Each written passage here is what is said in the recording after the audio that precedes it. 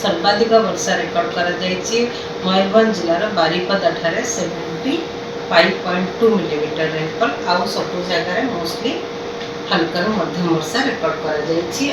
नमस्कार, मु मनोरमा महांती आईएमडी भुवनेश्वर पूरा ओडिशा राज्य वेदर ब्रिफिंग करुच्ची। जदि देखा गत 24 घंटा राज्य में आइसोलेटेड प्लेसेस मैंने काँ जगह कि गोटे कि दुटा स्थान में हल्का मध्यम धरण वर्षा रेकर्ड करा सहित सर्वाधिक वर्षा रेकर्ड करा मयूरभंज जिलार बारिपदा ठारे 75.2 मिलीमीटर रेनफॉल आउ सब जगह मोस्टली हल्का मध्यम वर्षा रेकर्ड करा आज पर्यंत जो वर्षा रेकर्ड करा मनसून 1 जून टू लेकिन आज पर्यंत टोटाल वर्षा होती 627.5 मिलीमीटर जोटा कि आम नॉर्मल वैल्यू रही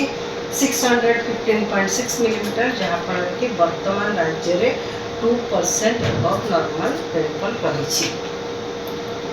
वर्तमान सेमती किसी सिग्निफिकेंट सिस्टम नहीं जोटा कि आम राज्य में बेसी वर्षा देवार संभावना नहीं आगामी 24 घंटा मध्य आगामी 24 घंटा मध्य देखा किसी स्थान में हल्का मध्यम वर्षा होगा सहित गोटे कि दुटा स्थान में राज्यर जिलार गोटे कि दुटा स्थान में वर्षा सहित बिजुली घड़घड़ी एवं झटका पवन 30 ରୁ 40 किलोमीटर पर आवर रही संभावना रही जमीक सुंदरगढ़, केन्दुझर, मयूरभंज, बालेश्वर, इवेन ढेंकानाल, अनुगुल, बौद्ध, कलाहांडी, कंधमाल, रायगड़ा, कोरापुट, मालकानगिरी आमर उपकूलवर्ती अंचल जिला गुड़िक जोटा कि येलो कलर दि जाए काँ जगार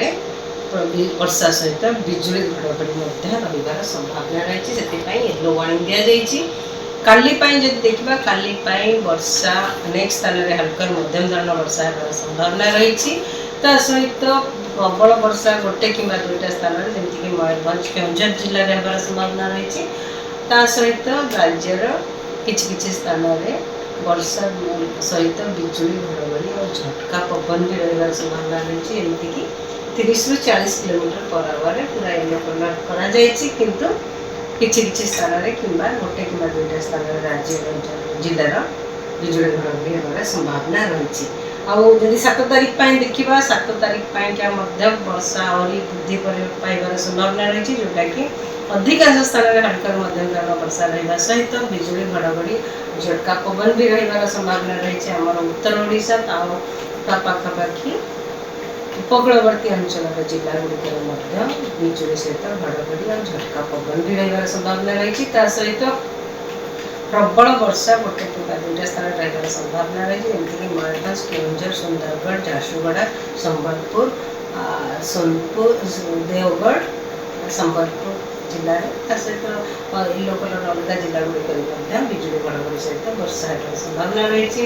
8 तारीख में आमर उत्तर ओडिशा रे अनेक स्थान में हल्का मध्यम धरण वर्षा होगा सहित दक्षिण ओडिशा रे किसी स्थान में हल्का मध्यम धरण वर्षा होगा संभावना रही